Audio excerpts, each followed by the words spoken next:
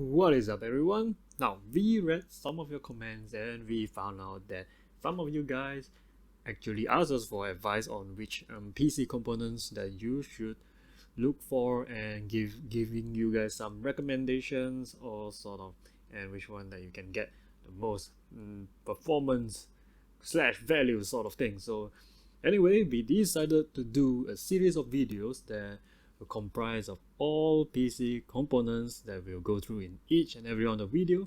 So at the end of the video, we hope that you will know which component that you should look for, which one you should focus on, so you can get the best from your money.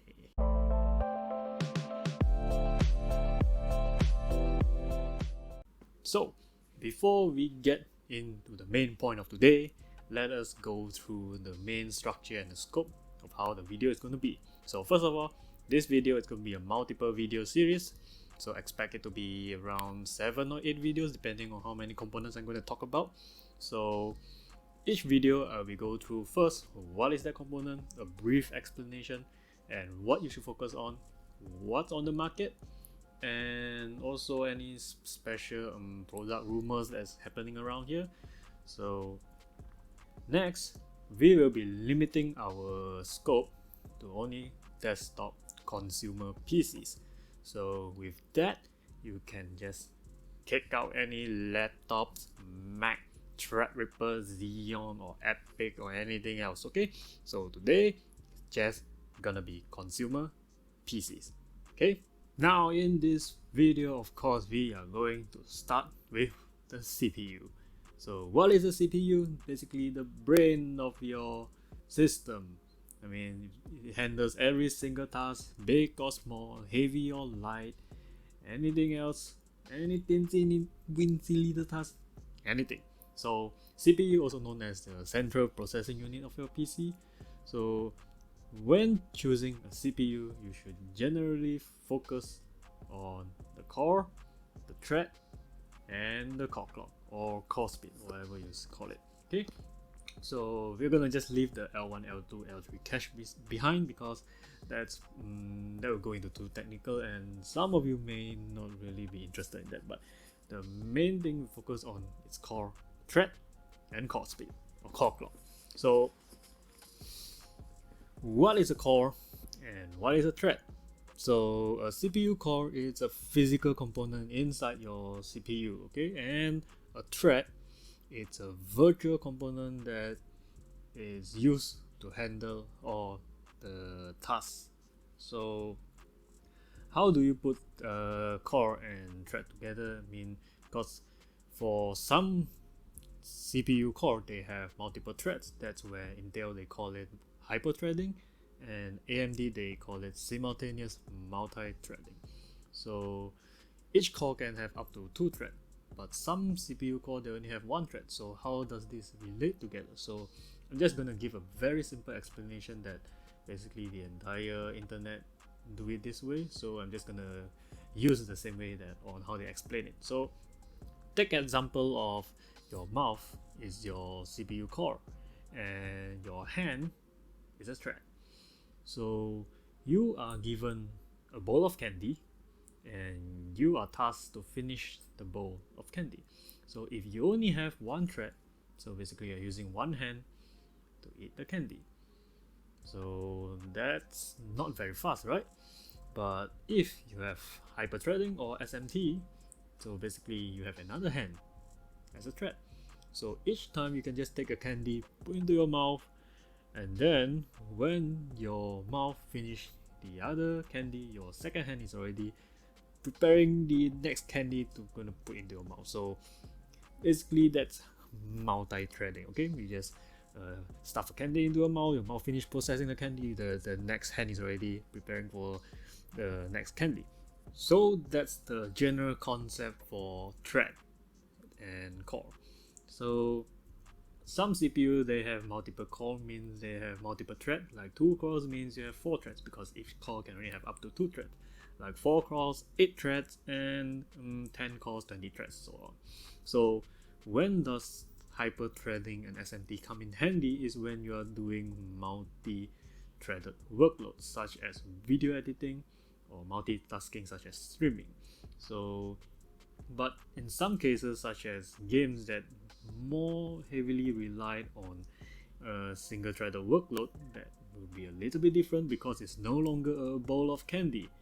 It's something more heavier. That means like ice cream or a burger. Like you can't exactly process ice cream with two hands, right? You can only chomp down that ice cream with one hand. So that's when the extra thread is not really doing anything. So that's when multi-core comes in handy because you need more person to help you finish more ice cream.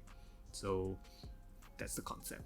So in gaming, usually we focus on the core count, and in multitasking such as video editing, streaming, we focus on the thread count.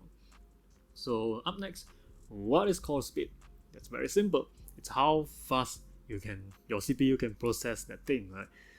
If you are going very fast, means can you just chomp, and the ice cream you just chomp down the ice cream. Okay, so the faster your clock speed is, the faster your CPU process the task. That's simple. What's on the CPU market? Intel and AMD. That's the two giants that is owning the CPU market. Apple is coming to join the game, but you're gonna leave Apple out of the game first. They're just in prototype situation. So Intel and AMD, with AMD beating down Intel like this. Yeah, and Intel just crying beside in a corner because they just lose their gaming throne sort of thing. So the way that Intel and AMD, the way they market their skills, they have a standard product naming. Okay, for Intel, they have their Core i3-579, and the rest of the numbers are generation and the skills number. Okay, and so for example, Core i9-10900. Okay, that's their naming. So the 10 being the generation number. So because Intel, their Comet Lake architecture is in 10 gen, so they use 10. For example, for Coffee Lake, because it's a 9 gen, so we have Core i9-9900. So behind those naming for Intel, they have the letter naming. The letter, for example, K skills, the K means that processor is unlocked for overclocking. So for example, Core i9-10900K, that processor is unlocked for overclocking. The next letter you have is the F one, the F letter. So that F means that processor doesn't have integrated GPU. So for example, Core i9-10900KF means that processor, it's unlocked for overclocking, but it doesn't have an iGPU. That's simple. For AMD side, the naming is a little bit confusing, but stay with me. Right now, AMD is in their Zen 4 architecture. They are in... Is it Zen 4? No, it's Zen 3. It's Zen 3. Damn it, even I'm confused right now. Yes, Zen 3 Gen 4. That's their naming. Okay, so right now their architecture is Zen 3 and they are in Gen 4 Ryzen. So we have Ryzen 9 5900X. Why they use 5 as their naming number, I don't know, but Ryzen 5 5900X means that the 5 it's Zen 3 Gen 4. Okay, that's their naming. For Zen 2 Gen 3, it's Ryzen 9 3900X. Okay, the 3 is the generation number. Okay, so Ryzen CPU, they have their letter as well, but the X means just better performance, like extreme sort of thing, and XT means like even more extreme. Yeah, for like Ryzen 9 3900 XT, more extreme than the 3900X. So because all Ryzen, they already come unlocked, so they don't have a different naming skills for the one that's locked. Okay, so all Ryzens are capable of overclocking, but do take note that all Ryzens, they do not have iGPU except for the G skills. So the G skills, like the Ryzen 7 4700G, yes, that CPU has iGPU. So do take note, if you're looking for a CPU that has an iGPU. So you might want to consider your options, Intel or AMD, because AMD most of the CPU doesn't have iGPU, and Intel all of them has it except for the F skills. So up next, we are going to just show a table for you because there's a lot of product lineup for me to just read one by one. And after that, I'm just gonna give you an overall idea on which CPU is best suited for you. Right?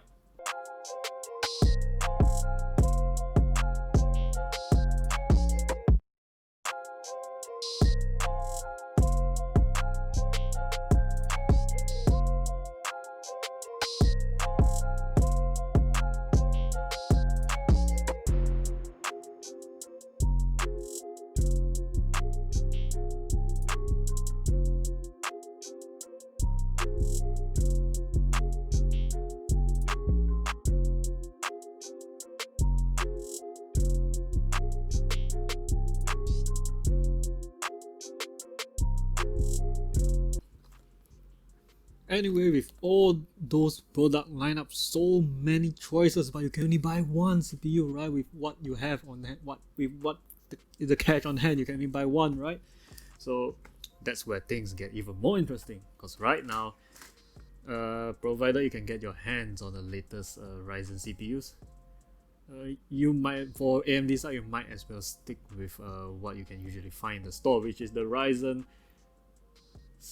third gen. Is it? Yes, third gen Zen 2. Okay, they are 3000 series CPU. So I'm gonna assume that you can't get the 5000 series yet because that is currently out of stock. So in my opinion, generally, for if you want the most if you want to get the most out from the price to performance value, if you want to get the most out of it, for Intel, usually we stick with the i5 series, and for AMD we usually go for the Ryzen 5.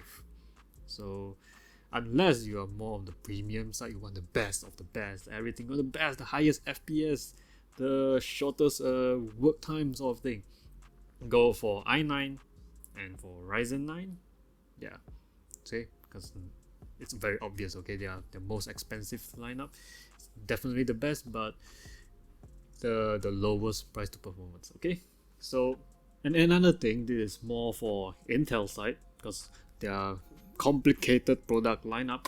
So it's that you want to consider yourself: do I need to overclock? Do I want the K skills? Do I even need iGPU? Do I don't need iGPU? Okay, so you need to think of that. Do you want to overclock your CPU? So overclock, basically you get more performance. You are increasing the clock speed of your CPU out from the factory rating. So you were definitely getting more performance out of that CPU. But do you need that? Because if you're planning to play with overclocking, you have to make sure you know how to play with overclocking, and you have to spend extra money for the CPU cooler. So you have to consider that. But and overclocking, the K skills usually, of course, the K skills cost more than the non-K skills, by the way. But the non-K, their performance it's slightly lower than the K skills, right? Very, very close to it. Okay. Next, the F. Do you need the F or don't need the F? So the F is usually more cheaper than the non-F because the F doesn't have the iGPU, means it doesn't have integrated graphics. So you are relying on your graphic card. So it's cheaper. But the advantage for iGPU is if your graphic card goes kaput and you are in the process of troubleshooting, you don't know what part is wrong. If your CPU has an iGPU, you can just plug in the HDMI to your motherboard, and if your monitor has display, means other thing is fine. Your RAM, your motherboard, any other thing is fine except your graphic card. So you can easily pinpoint the exact problem. So that's the advantage. So this disadvantage, of course, is more expensive than not having the iGPU. So right now, here's my personal recommendation on what you should do right now if you plan on upgrading your CPU sort of thing. So I recommend AMD, definitely AMD, but please wait, just hold on tight, be patient, because right now Ryzen 3000 series, their price is pretty much still the same. Okay, there's not much of a drop or dip in it, because Ryzen 5000 series, the demand is very high, stock is very low, it's out of stock everywhere, so people might still go for the Ryzen 3000 series. The demand is still there, so the price is not gonna drop. So I recommend you wait until the Ryzen 5000 series comes into stock, the stock is stabilized. So if you have the money on hand, you want to go for Ryzen 5000 series, go for it. But if you want the cheaper Ryzen 3000 series, then you can go for Ryzen 3000 series, because by that time the 5000 series came in, the 3000 series will drop, because the people, they switched their demand to the 5000 series, and 3000 series will drop because they had to clear the stocks out, right? So that's simple basic demand and supply. But if you die want Intel, so here's what I can recommend you. So if you are on Intel 8 gen, 9 gen, you don't really have to upgrade really, because 9 gen, the performance gap between 9 gen and 10 gen is very close to each other. There's no point in upgrading. What I recommend is, if you're an 8 gen, 9 gen, you can possibly skip the 10 gen and 11 gen and just basically wait for Intel 12 gen, because if you upgrade from 8 gen to 10 gen, one thing, Intel has a problem with compatible issue with the motherboard, because 8 gen, 9 gen they're using LGA 1151, but 10 gen they're using 1200. It's fucking bastards, right? You have to change the entire motherboard just to fit in the 10 gen, so there's no point for you to upgrade from 8 gen, 9 gen to 10 gen. Just wait for 10 gen, 11 gen to go past, because I can guarantee you they will change the socket compatibly again in 12 gen. Okay, wait for 12 gen. Unless you're in 6 gen, 7 gen, very old Intel CPU and you die want Intel, then you can go for 10 gen. Okay, so either way, you do take note that Intel 10 gen CPU doesn't support PCIe Gen 4. Okay, even though the motherboard supports it. However, Intel claims that their Rocket Lake architecture in the future supports Gen 4. So we'll see about that. Anyway, that's all for today's video. I believe I missed out a lot of points, but I have to keep in check about my video time limit. Okay, so if I miss out anything, leave a comment below and I will reply to any comments, so to make sure I get the most information for you guys. So anyway, make sure you subscribe to the channel, enable the notification button, because on the next episode we will be talking about which motherboard you should choose, because all the CPUs was gonna set it on the motherboard, of course. So motherboard it is. See you on the next one. Goodbye.